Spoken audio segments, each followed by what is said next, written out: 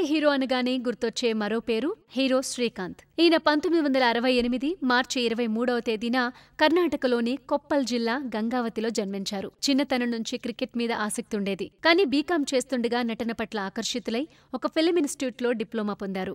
అలా ప్రయత్నిస్తూ Usha Kiran movies, peoples ఎన్కౌంటర్తో రంగప్రవేశం చేశారు. 1/2 సినిమా ద్వారా హీరోగా చేసి తర్వాత తాజ్ మహల్ సినిమా విజయంతో హీరోగా సెటిల్ అయిపోయారు. పెళ్లి సందడి సినిమాతో ఇక అందరికీ తెలిసిన హీరో అయిపోయారు.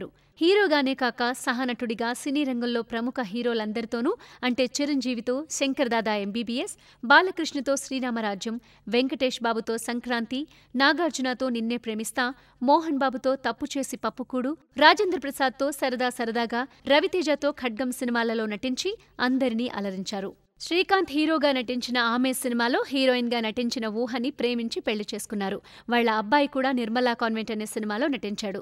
అటు కుటుంబంతోనూ ఇటు ప్రేక్షకులతోనూ హాయిగా ఆనందంగా ఉన్న శ్రీకాంత్ గారు అనుక్షణం ఇలా ఆనందోత్సాహాలతో ఉండాలని, మరెన్నో పుట్టినరోజులు జరుపుకోవాలని మనస్ఫూర్తిగా కోరుకుందాం.